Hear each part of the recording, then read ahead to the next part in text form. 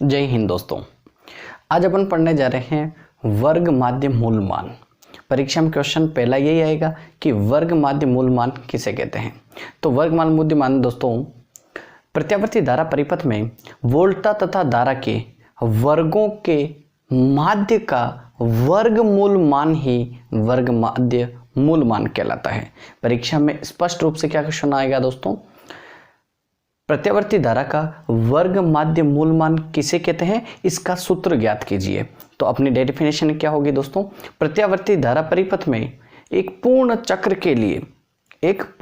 के लिए प्रत्यावर्ती धारा तथा वोल्टता के वर्गों के माध्य का वर्गमूल मान ही प्रत्यावर्ती धारा का वर्ग माध्य मूल मान कहलाता है या आरएमएस मान कहलाता है।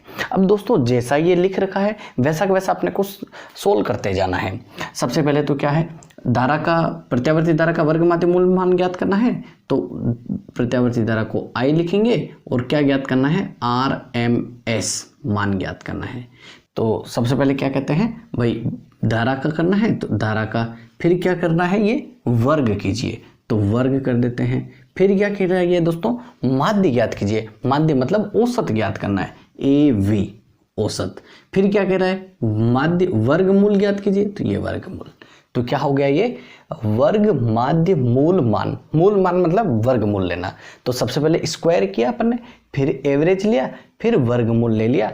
तो ये प्रत्यावर्ती धारा का वर्ग माध्य मूल मान हो गया या आरएमएस वैल्यू हो गई। अब अपने पास दोस्तों क्या है, I का वैल्यू क्या है, फिर एवरेज का सूत्र क्या है। अच्छा पहले एवरेज का सूत्र लगा देते हैं। तो IRMS is equal to, average का क्या होता है, I स्क्वायर DT समाकलन में होता है, आपको याद होगा, अपॉन समाकलन DT।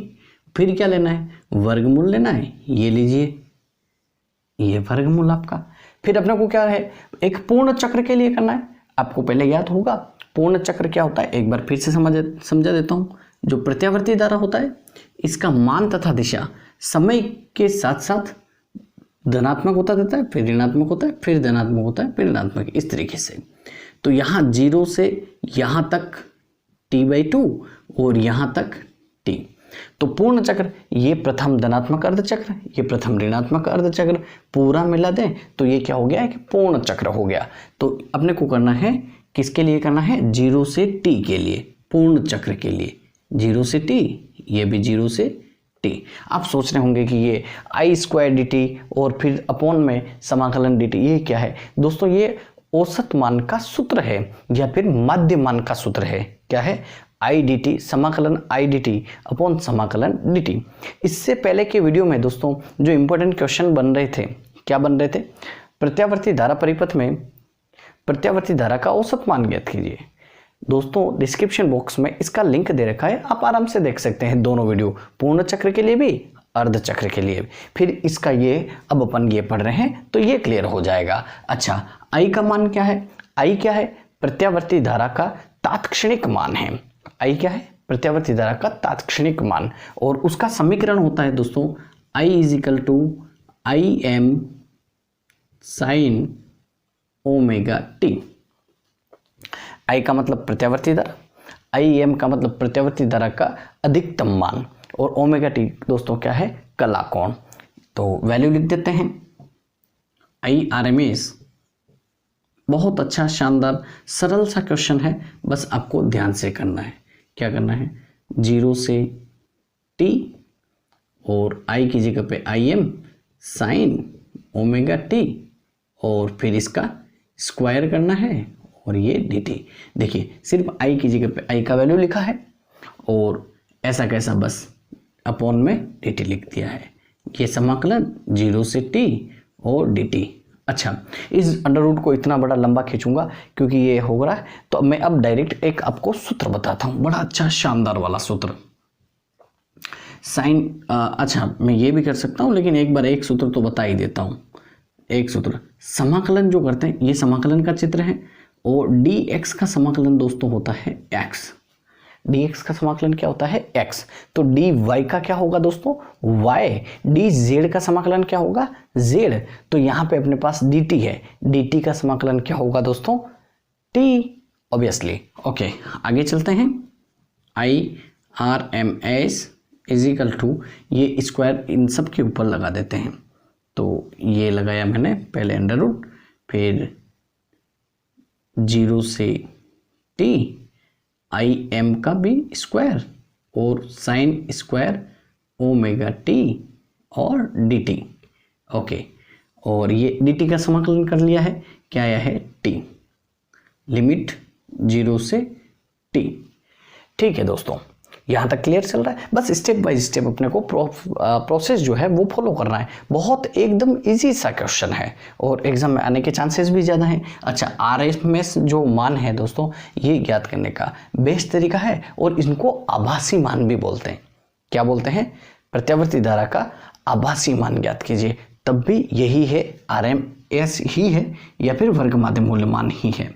अच्छा, साइन स्क्वायर थीटा का फॉर्मूला होता है, फॉर्मूला क्या लिख रहा हूं, साइन स्क्वायर ए थीटा, तो इसका सूत्र होता है 1 minus cos 2a theta upon 2, ये सूत्र है। तो साइन स्क्वायर की जगह पे ये सूत्र लगा देंगे और अपन आगे बढ़ेंगे। तो IRMS is equal to under root IM जो स्क्वायर है इसको समाकलन से बाहर लिख देते हैं, समाकलन 0 से t, फिर क्या बचा sine square omega T, sine square omega T की जगह पे ये, अच्छा ओमेगा टी की जगह पे ए थीटा लिखा हुआ है, ये ध्यान रखना है। तो 1 minus cos 2 omega T upon 2 और dt का dt। अच्छा, आपको अगर ये सूत्र याद रखने में टफ लग रहा है तो आप direct sine square omega T का सूत्र क्या होता है, 1 minus cos 2 omega T upon 2, ये सूत्र होता है। अच्छा, इस अपॉन वाले का समाकलन तो अपन ने कर दिया। समाकलन करने की बात करते हैं दोस्तों उच्च सीमा माइनस निम्न सीमा, upper limit minus lower limit. तो इस टी की जगह पे एक बार कैपिटल टी लिखना है, फिर माइनस 0 लिखना है। ठीक बात है दोस्तों। अब यहां से मैं ऊपर लिखता हूं और ये साइड वाला थोड़ा सा इसको मिटा देता हूं। यहां तक दोस्तों समझ में आया है तो वीडियो को लाइक कीजिए, और आपको जो कोई टॉपिक नहीं समझ में आए आप कमेंट बॉक्स में लिख सकते हैं, उसको मैं सरल तरीके से बड़े आराम से आपको समझाऊंगा। ये लीजिए, तो यहां पे इस 2 को भी यहां ले लेता हूं, तो ये आ गया अपने पास IRMS is equal to under root और IM स्क्वायर अपॉन 2 समाकलन 0 से t, और यहाँ क्या बचा 1 minus cos 2 omega T, 1 minus cos 2 omega T और dt अपॉन में t में से 0 जाएगा तो t। ठीक बात है दोस्तों। ओके, थोड़ा सेपरेट कर लेते हैं। IRMS is equal to under root क्या आ जाएगा, IM का स्क्वायर, 2 को इससे साथ लिख देते हैं 2t, फिर क्या करते हैं दोस्तों, ये समाकलन को भी 1 से मल्टीप्लाई कर देते हैं, dt से भी कर देते हैं। तो समाकलन 0 से t और dt को 1 से मल्टीप्लाई करेंगे तो dt जाएगा, माइनस समाकलन इसके साथ भी है तो समाकलन 0 से t और cos 2 ओमेगा t को dt से मल्टीप्लाई करेंगे तो cos 2 ओमेगा t और dt, और ये पूरा कंप्लीट दोस्तों। यहाँ से ये स्टेप आई नहीं है दोस्तों, तो एक बार और ध्यान से समझ सकते हैं। IM स्क्वायर अपॉन 2 और यहाँ पे नीचे अगर 1 लिखेंगे तो 4 टर्म्स हो जाएगी, तो ये रेसिप्रोकल होके उल्टा हो जाएगा। तो 2 को t से मल्टीप्लाई कर दिया, 1 को IM स्क्वायर से मल्टीप्लाई किया। समाकलन को इससे, ये समाकलन इसके साथ भी है इसके साथ भी है, तो समाकलन ये भी लगाया ये भी लगाया, dt को 1 से मल्टीप्लाई किया तो dt, इसको इससे मल्टीप्लाई किया तो ये। ओके, अब यहाँ पे अपने पास एक तो ये तो जो सूत्र है वो डायरेक्ट dx का समाकलन x, तो यहाँ पे dt का समाकलन टी हो जाएगा। ये लिख देता हूं मैं दोस्तों सूत्र, समाकलन कोस 2 ओमेगा टी dt, इसी को सूत्र के रूप में लिख रहा हूं। बाकी वास्तव में इस फॉर्म में होते हैं ये सूत्र। तो इसका आंसर जो होता है वो क्या होता है दोस्तों, ये होता है sine 2 omega T upon 2 omega. ये दोस्तों इसके समाकलन का सूत्र है। किसका समाकलन है दोस्तों, ये है दोस्तों कोस 2 ओमेगा टी dt का समाकलन। कोस 2 ओमेगा टी dt का समाकलन क्या होता है दोस्तों, sine 2 omega T upon 2 omega. Okay, ये सूत्र यहाँ पे सीधा सीधा लगाना है और अपना आंसर निकालना है। तो I R M S is equal to under root और I M square upon 2t, फिर dt का समाकलन क्या हो जाएगा, t हो जाएगा। मैं यहाँ पे ये ब्रैकेट दूसरा वाला लगा देता हूँ, ऐसा वाला, ठीक है, मंजिला कोष्ठक। फिर लिमिट कहाँ है, 0 से t, माइनस समाकलन का वैल्यू लिख देते हैं। क्या आ रहा है, sine 2 omega T upon 2 omega, और लिमिट क्या हो जाएगी दोस्तों, 0 से t, और ये मंजिला कोष्ठक। यहाँ तक दोस्तों क्लियर है? यहाँ तक समझ में आ गया तो जरा वीडियो को लाइक भी कर दीजिए यार, और सब्सक्राइब तो करना ही है, ताकि आपको जब कभी फिजिक्स में कोई भी टॉपिक नहीं समझ में आए तो आप मुझे बता सकें, मैं उसको सरल तरीके से वापस आपको पढ़ा सकूं। ओके, यहाँ पे अपन आगे चलते हैं दोस्तों। IRMS एकदम स्टेप वाइज स्टेप चल रहे हैं अपन, कोई दिक्कत वाली बात नहीं होनी चाहिए। Okay, IM square upon 2t। Okay, और यहाँ पे क्या है, उच्च सीमा माइनस निम्न सीमा, तो कैपिटल T माइनस 0। ओके, और फिर यहाँ क्या होगा दोस्तों, t की जगह पे एक बार ये लिखना है। अच्छा, ये लगा देता हूँ अपॉन में 2 ओमेगा, दोनों के साथ एक साथ ही लिख देता हूँ। इस t की जगह पे कैपिटल T लिखना है पहले, तो sine 2 omega capital T minus sine 2 omega और 0। ठीक बात है दोस्तों? Okay, IRMS is equal to under root IM square upon 2t, और फिर क्या आ रहा है दोस्तों, t में से 0 जाएगा तो t बचेगा, तो ये t minus bracket 2 omega t। अच्छा, ओमेगा का वैल्यू अपन जानते ही हैं, 2 पाई अपॉन टी होता है। ओमेगा का वैल्यू क्या होता है दोस्तों, 2 पाई अपॉन टी। मैं इधर साइड में लिख देता हूँ, ओमेगा का वैल्यू क्या होता है, 2 पाई अपॉन टी होता है। तो यहाँ sine 2 into 2 pi upon T into T, ठीक बात है, और माइनस साइन ओमेगा, 2 ओमेगा को 0 से मल्टीप्लाई करेंगे तो 0 ही हो जाएगा, साइन 0 डिग्री अपॉन क्या दे रखा है दोस्तों, 2 ओमेगा दे रखा है। ठीक बात है, और फिर ये वाला ब्रैकेट। अच्छा, यहाँ तक आपको क्लियर समझ में आ गया? ये पूरा लिख लिया होगा, नहीं लिख लिया है तो आपने दोस्तों स्क्रीनशॉट ले लीजिए। मैं हट जाता हूँ, फिर उसके बाद वापस आगे सॉल्व करते हैं। ठीक, ये मैं मिटा देता हूँ। ये बड़ा इजी है दोस्तों, केवल सिस्टमेटिक अपने को सोल्व करना आना चाहिए। बेसिक कॉन्सेप्ट अपने जो है वो स्ट्रॉन्ग होने चाहिए। अगर बेसिक कॉन्सेप्ट स्ट्रॉन्ग है तो अपन आसानी से सोल्व कर सकेंगे, और नहीं भी है तो कोई बात नहीं, 1 बार 2 बार 3 बार अगर अपन देखेंगे तो एकदम क्लियर हो जाएगा। चलिए, IRMS is equal to under root, ये देख लीजिए, IM square upon 2t,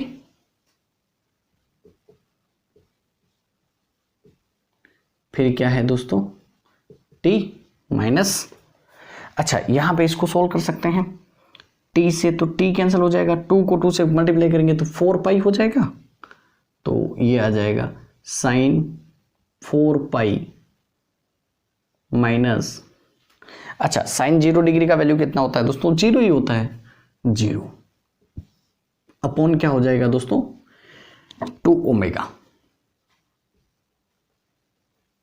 2 omega. ये अंडर रूट थोड़ा सा बड़ा बना देता हूं। ठीक बात है दोस्तों। I R M S is equal to under root, अब तो हो गया है सोल्व दोस्तों लगभग, I am square upon 2t और फिर t माइनस, अच्छा साइन 4 पाई, साइन 4 पाई का भी वैल्यू कितना होता है दोस्तों, साइन 4 पाई का मतलब होता है 2 पाई का होता है मतलब दोस्तों 360 और 4 पाई का मतलब होता है 720। साइन 720 का वैल्यू भी क्या होता है, जीरो। क्या होता है दोस्तों, जीरो। तो zero minus zero upon 2 omega, तो इसका वैल्यू तो दोस्तों आपको भी पता है कि जीरो में से जीरो जाएगा तो जीरो ही बचेगा, और जीरो के अंदर 2 ओमेगा का भाग देंगे तब भी जीरो ही जाएगा, तब अपने पास आगे आंसर बच जाता है दोस्तों, I R M S is equal to I M का स्क्वायर अपॉन 2t, और फिर यहाँ क्या बचेगा दोस्तों, ये t माइनस जीरो, तो केवल t और t से t कैंसल, तो I R M S is equal to under root I M का स्क्वायर अपॉन 2। अच्छा ये दोनों अलग अलग हैं तो इसको ऐसे लिख सकते हैं, अंडर रूट आई एम का स्क्वायर अपॉन अंडर रूट 2, तो आई आर एम एस, ये स्क्वायर तो इस रूट से कैंसिल हो जाएगा, तो आई एम अपॉन रूट 2। ये दोस्तों क्या है, प्रत्यावर्ती धारा परिपथ में पूर्ण चक्र के लिए प्रत्यावर्ती धारा का वर्ग माध्य मूल मान या RMS वैल्यू, ये आपके पास आंसर है। इसी तरीके से प्रत्यावर्ती धारा परिपथ में वोल्टता का वर्ग माध्य मूल मान ज्ञात करेंगे तो VRMS is equal to VM upon root 2 answer आएगा। ये दोस्तों, इसको दोस्तों आभासी मान भी कहते हैं, और आपके वोल्ट मीटर, आपकी फिजिक्स की भौतिक विज्ञान की प्रयोगशाला में वोल्ट मीटर और एमीटर द्वारा मापे जाने वाले जो मान होते हैं वो दोस्तों वर्ग माध्य मूल मान ही होते हैं। तो ये पूरा का पूरा डेरिवेशन आपका क्वेश्चन क्लियर। मिलते हैं दोस्तों अगले वीडियो में, कौन कौन से शुद्ध प्रतिरोधीय परिपथ, फिर शुद्ध धारतीय परिपथ, फिर उसके बाद कुंडली वाला, फिर LCR परिपथ, तीनों के लिए मिलते हैं दोस्तों अगले वीडियो में। Thank you.